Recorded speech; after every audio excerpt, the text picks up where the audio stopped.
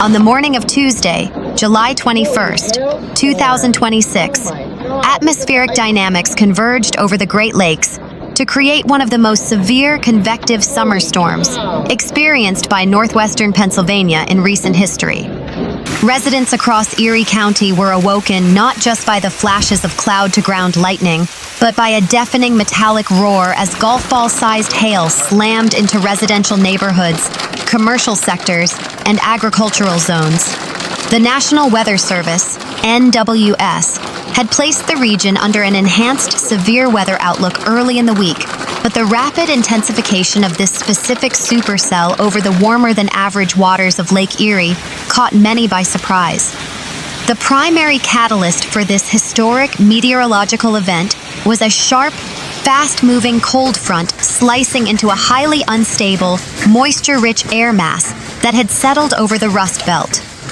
Surface temperatures over the weekend and into Monday had hovered in the upper 80s to low 90s Fahrenheit, with dew points soaring past 74 degrees. As the cold air aloft collided with this volatile tropical boundary layer, explosive updrafts developed over the water.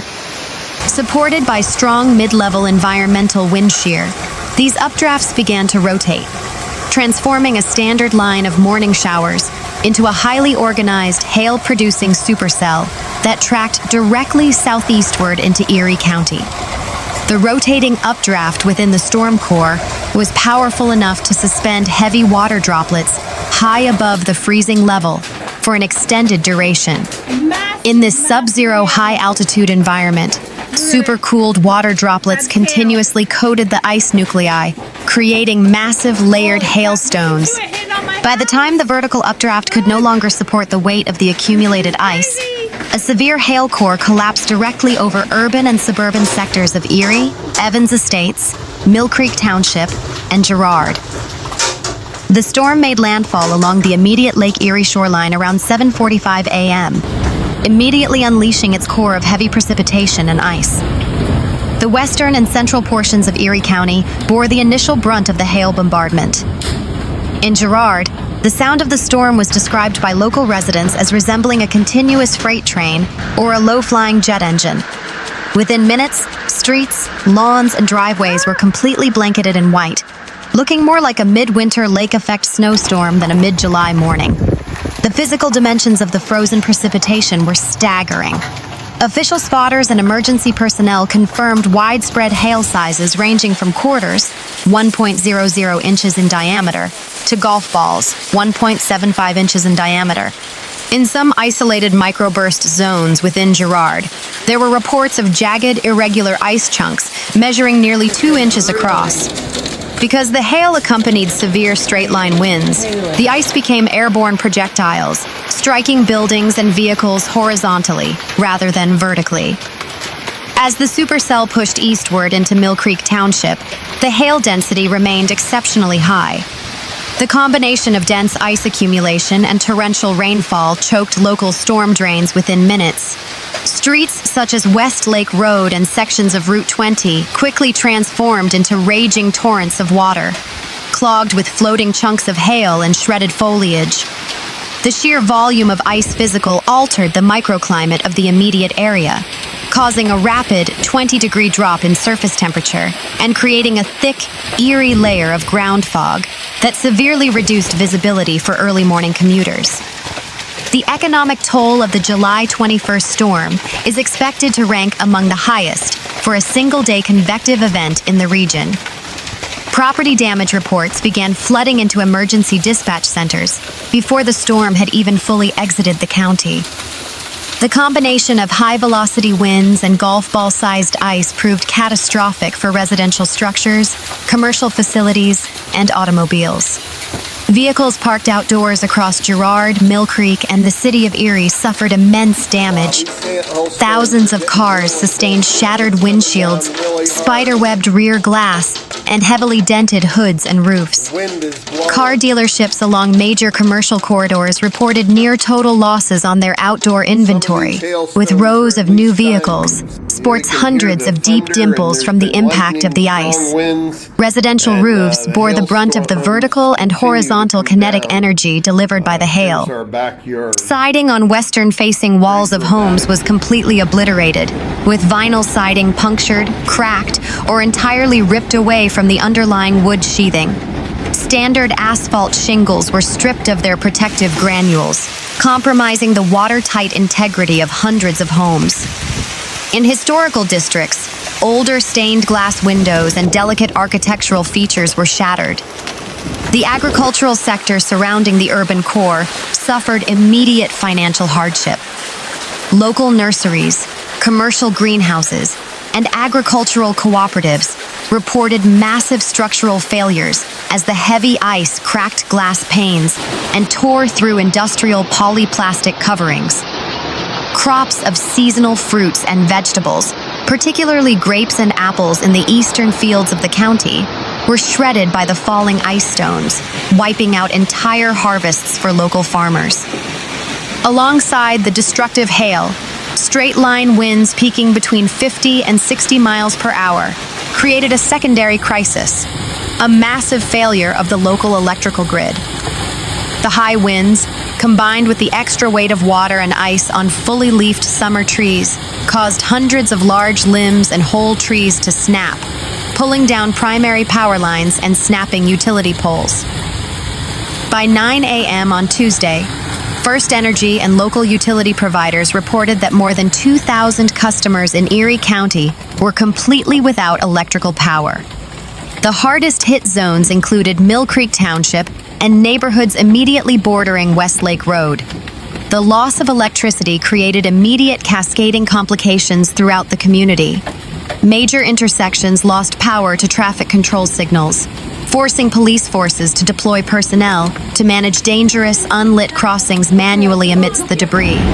Several cellular towers lost primary power or suffered physical damage to their directional arrays, leading to dropped calls and slowed mobile data networks across the county.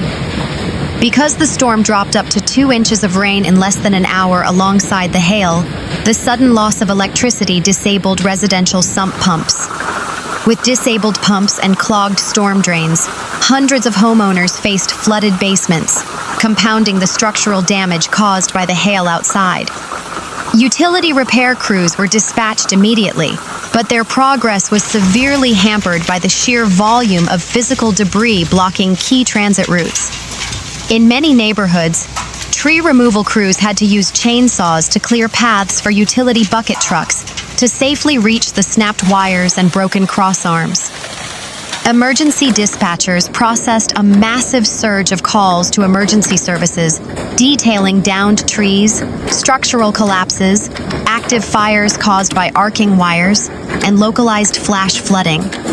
First responders, including volunteer fire departments from Girard, Lake City, and Mill Creek, worked tirelessly through the storm and its immediate aftermath. Emergency management officials immediately prioritized clearing primary arterial roads to ensure that ambulances and fire apparatus could access medical emergencies. Heavy machinery, including front-end loaders and dump trucks, was deployed to scoop up mounds of accumulated hail and vegetative debris from blocked roadways.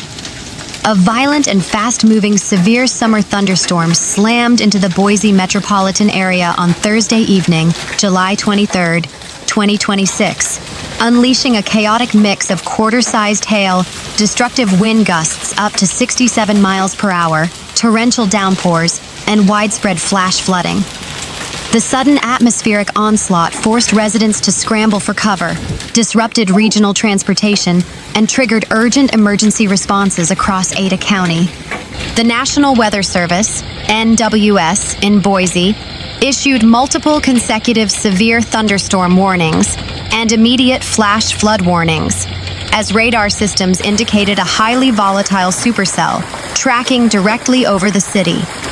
According to official meteorological data, the peak of the storm struck between late afternoon and early night, turning a typical warm summer evening into a hazardous weather event that left thousands of homes without electricity and several major thoroughfares completely submerged underwater and accumulated ice. The defining characteristic of the July 23rd storm was its dual threat capability of intense, solid precipitation and extreme wind speeds. Residents in southeast Boise and the elevated Warm Springs Mesa neighborhood reported a heavy barrage of quarter-sized hail.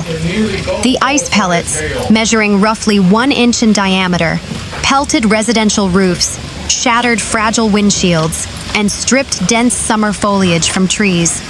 In Garden City and parts of Meridian experienced a prolonged downpour of pea-to-marble-sized hail. While smaller in diameter, the sheer volume of the ice accumulation managed to clog local storm drains within minutes.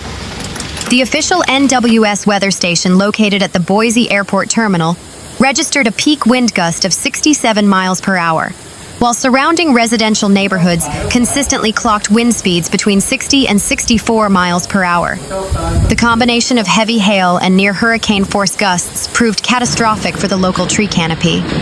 Dozens of large tree limbs were ripped apart near Timberline High School, blocking suburban secondary roads and severing overhead power lines, which plunged localized grids into darkness. As the storm stalled briefly over the urban core, it dumped an immense volume of precipitation in a highly compressed time frame. Boise's downtown infrastructure was quickly overwhelmed by the rapid runoff. Water levels surged past curbs, transforming major intersections into shallow lakes and stranding multiple motorists who underestimated the depth of the standing water. The situation was exacerbated by the heavy accumulation of hail. The ice acted as a physical barrier, blocking street grates and preventing the urban drainage system from funneling water away from the streets. Emergency dispatchers received numerous calls regarding flooded basements, water entering commercial storefronts downtown, and vehicles stalling out in low-lying underpasses. Public safety officials immediately closed several deeply flooded roads and urged residents to strictly avoid unnecessary travel. Idaho State Police and local municipal units were deployed to direct traffic away from hazardous zones and to assist motorists stranded in flooded vehicles. Beyond the immediate urban center, the storm posed a severe threat to the fragile ecosystem of the Boise foothills. Because the thunderstorm dropped torrential rain over areas previously scorched by wildfires, the NWS Boise office issued a critical flash flood warning, specifically highlighting the risk of debris flows and mudslides.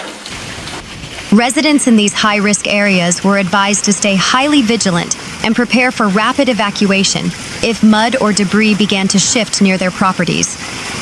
The severe weather event on July 23rd comes less than a month after the historic June 26, 2026 storm, which remains one of the most anomalous and extreme weather events in the modern history of the Treasure Valley.